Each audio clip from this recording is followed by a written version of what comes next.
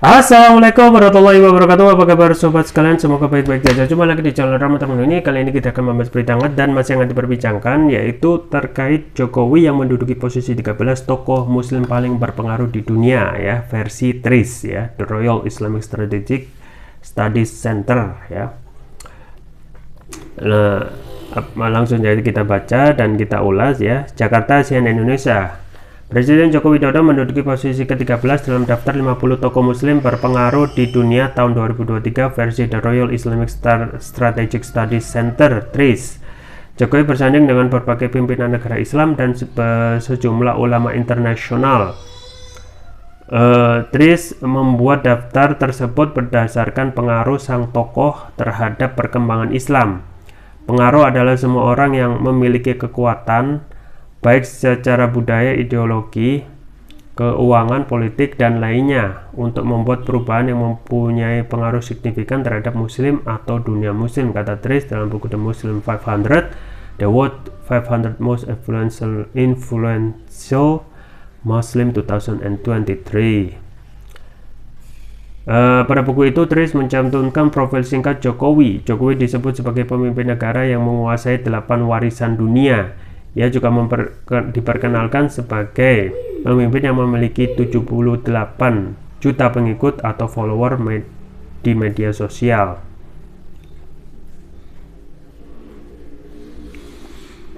Selain itu, TRIS juga menceritakan latar belakang Jokowi hingga menjadi presiden Indonesia. Mereka pun menyebut Jokowi sebagai politikus bersih. Dia menempa reputasi karena menjadi politikus bersih, menghindari kasus korupsi dan nepotisme yang menggoda kebanyakan politisi, tulis TRIS.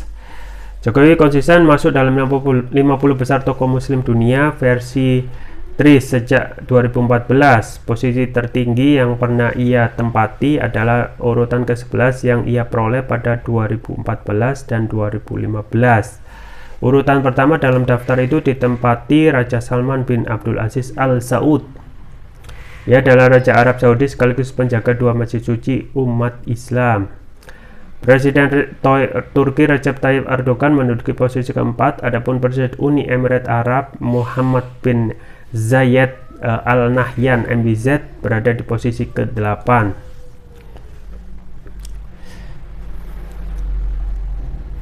Jokowi mengungguli sejumlah tokoh muslim dunia pada daftar itu. Salah satunya Imam Besar Masjid Al-Azhar Syekh Dr. Ahmad Muhammad Al-Tayyib. Selain Jokowi, Indonesia juga diwakili oleh Ketua Pengurus Besar Nahdlatul Ulama PBNU Yahya Khalil Stakuf. Yahya menduduki posisi ke-19 pada daftar 50 tokoh muslim berpengaruh di dunia gitu ya. Ya, sobat sekalian ya, jadi ini adalah lembaga pemeringkat ya tokoh muslim yang pengaruh di dunia tahun 2023 ya. Dalam hal ini ya, yang disampaikan pengaruh itu ya orang yang memiliki kekuatan baik budaya, ideologi, kekuatan politik dan lainnya untuk membuat perubahan yang mempunyai pengaruh signifikan terhadap muslim atau dunia muslim. Nah, masalahnya ya, mempunyai muslim terpengaruh di dunia ya, itu berpengaruh secara positif atau negatif gitu ya. Nah, ini yang perlu dijadikan tanda tanya gitu ya, karena tentang keobjektifan ya lembaga pemeringkat ini ya, dan kita sebenarnya belum begitu paham gitu ya latar belakang ya penentuan lembaga pemeringkat dari TRIS ini ya, sampai bisa memasukkan Presiden Jokowi yang masuk posisi urutan ke-13 dari 50 ya tokoh muslim yang berpengaruh di dunia. Nah, kalau kita melihat itu adalah kewenangan tersendiri dari lembaga pemeringkat TRIS ya. Tetapi kalau kita melihat fakta ya, apakah fakta-fakta yang sudah ada sekarang selama 2022 ataupun pada saat pemerintahan Presiden Jokowi itu tidak dijadikan indikasi atau ukuran gitu ya, karena selama ini ya ini bertentangan sekali ya dengan berbagai survei ya terkait misalnya tingkat kepuasan publik. Ini survei lokal, survei dari Kompas ya. Dari Kompas bahwasanya tingkat kepuasan publik itu 62 turun gitu ya. Dari sejak awal 2022 yang agak naik sedikit dan sekarang turun ya. Di akhir tahun 2022. Pun juga kalau pelaksanaan hukum kita ya banyak sekali permasalahan-permasalahan gitu ya. Misalnya bagaimana hukum itu ya pada saat rezim Presiden Jokowi itu banyak sekali ya aktivis-aktivis itu ya ditangkap dengan tuduhan hoax ya. Nah aktivis itu ya mayoritas Muslim gitu ya. Dan apa yang dituduh ya kebanyakan itu disangkakan dengan pasal hoax ya, dan juga ini terkait dengan kritikan ya. Misalnya untuk mengkritik Omnibus Law gitu ya, banyak yang sudah ditangkap ya dan dipenjarakan, misalnya Saganda Nainggolan ya, Jumhur Hidayat ya. Pun juga untuk kasus yang lain, misalnya Habib Rizik Syihab hanya mengatakan saya sehat, dan itu belum tidak ada ketentuan undang-undang yang mengharuskan seperti itu ditangkap ya. Habib Haris bin Smith menyampaikan informasi tentang kejadian KM50 ditahan ya. Tetapi untuk kasus-kasus ini adalah kasus yang mengkritik ke pemerintah gitu ya. Tetapi di lain pihak ya, untuk pihak-pihak yang lain yang netizen sebut sebagai buzzer ya. Buzzer itu aktivitasnya jelas itu ya, real ya, melakukan penodaan agama gitu ya. Justru bebas dari tuntutan, jangankan ditahan, diperiksa itu kagak gitu ya. Enggak gitu ya. Jadi misalnya tentang buzzer yang sering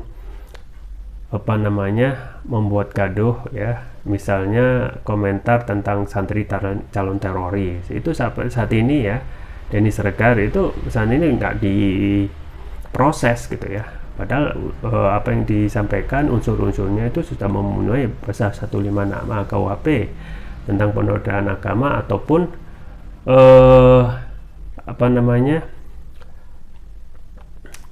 ujaran kebencian yang berdasarkan sara gitu ya.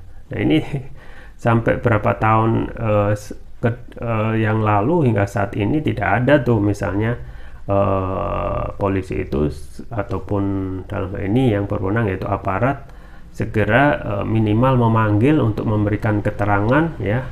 Kalaupun sudah dipanggil ya tindakan selanjutnya kita tidak tahu gitu ya, seakan-akan itu gone with the wind ya, tidak tahu juntrungnya tentang kasus itu. Pun juga kasus-kasus yang lain ya yang capek kalau kita itu menyebutkan. Nah khusus untuk kasus posisi hukum ya, ataupun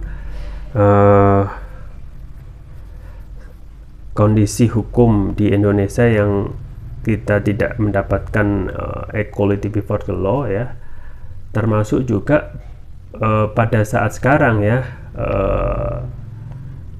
ada juga ormas juga dikebubarkan ya, misalnya HTI, FPI ya, padahal itu tidak melalui due process of law gitu ya. Ini kan juga pelanggaran ya.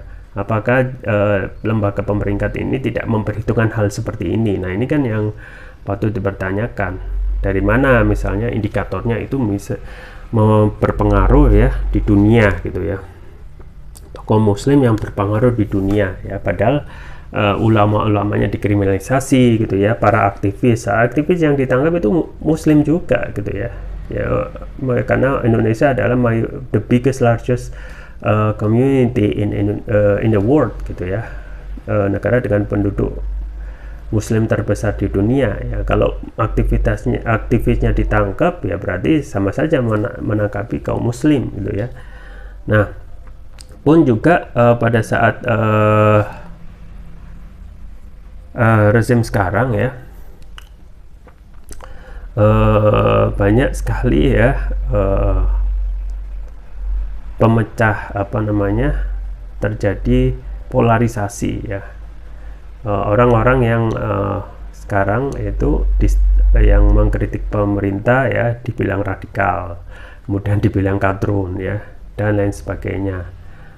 Seakan-akan ini memang hal-hal yang ingin menciptakan konflik terus-menerus ya. Seharusnya dalam hal ini ya buzzer-buzzer yang jelas-jelas memecah belah ya, kerukunan ya, kain tenun kebangsaan ini harus segera diproses ya.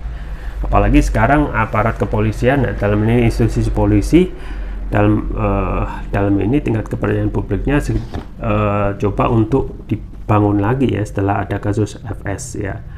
Nah, kita perlu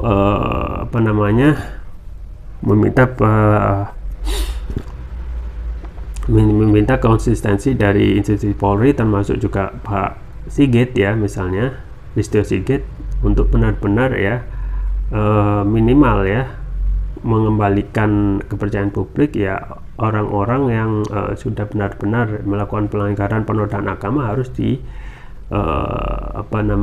diproses sesuai dengan hukum yang berlaku ya, karena kita negara hukum ya. Apakah itu hanya menjadikan teori saja ya, kan tentu tidak kan, tidak kan. Jadi proses-proses yang sudah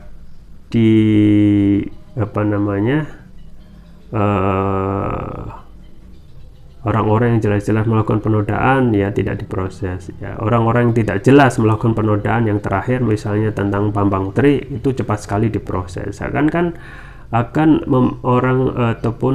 Orang akan berpersepsi bahwasanya berarti ini hukum ya, pilih kasih gitu ya, sesuai dengan keinginan penguasa gitu ya.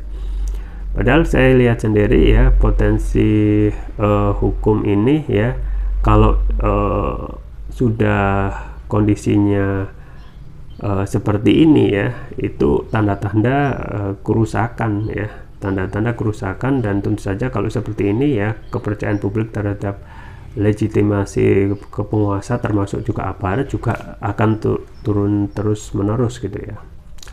Dan juga kalau kita melihat objektivitas dari lembaga pemerintahan The Trace ini ya, mayoritas mendudukan orang-orang yang sifatnya selalu ya mempropagandakan modernisasi atau moderasi beragama ya. Kita ketahui moderasi tentu saja adalah bagaimana untuk menjadi moderat. Nah, ini yang juga menjadi proyek ya dari negara yang sejak awal itu menganggap radikalisme itu menjadi fokus perhatian dan juga hal yang harus jadikan fokus untuk bersih-bersih gitu ya. Ini kan permasalahan gitu ya. Jadi orang yang mengkritik ya, ataupun orang yang menginginkan kehidupan yang islami dikatakan radikal ya.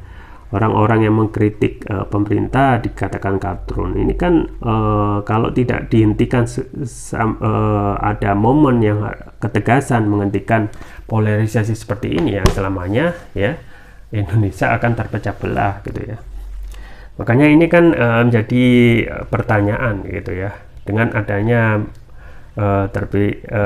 pemeringkat ini yang memasukkan Presiden Jokowi dalam 13 peringkat ke-13 ya, orang muslim berpengaruh, harus benar-benar secara objektif.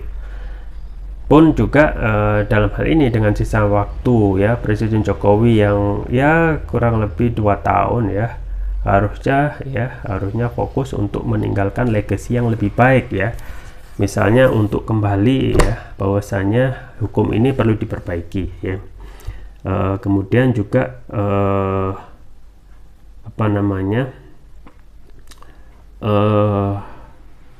kembali bahwasanya setelah waktu ini tinggal sedikit ya, tentu saja legacy yang lain yang kurang, misalnya dalam hal polarisasi itu harus di stop ya, buzzer itu harus dirapikan ya. Kalau ingin ya meninggalkan warisan ataupun legacy yang lebih baik, maka kita harus fair ya, frankly speaking, bahwasanya dalam hal ya penyampaian pendapat sesuai yang diatur ataupun diberikan akomodasi dalam pasal 28 ini kita bermasalah ya. Padahal pasal 28 menjelaskan negara menjamin kebebasan masyarakat untuk berkumpul ya, mengulurkan pikiran dan lisan dan tulisan. Nah, ini sekarang kita masih bermasalah. Orang misalnya ngomong seperti ini di media ya, mengkritik pemerintah akan sangat mudah sekali gitu ya, dikriminalisasikan gitu ya. Sedangkan ya pada zaman sekarang yang paling mudah adalah memuji-muji penguasa. Itu pengerjaan yang paling mudah sekali gitu ya. Makanya inilah yang harus dirubah kalau ini terus-menerus diperuncing ya. Orang yang mengkritik itu menjadi itu akan sangat mudah sekali dikriminalisasi ya. Maka kedepannya negara ini tidak akan pernah maju. Ya, kita tunggu saja ya. Kemudian terkait survei pemeringkat ini ya, apakah benar-benar objektif ataupun ini hanya sebagai penghibur semata ya, untuk terus ataupun penggembira ya di tengah-tengah isu politik yang sekarang berfokus pada konsultasi 2024. Itu saja yang bisa saya sampaikan, semoga bermanfaat. Jangan lupa like, share, dan subscribe. Sampai jumpa lagi. Wassalamualaikum warahmatullahi wabarakatuh.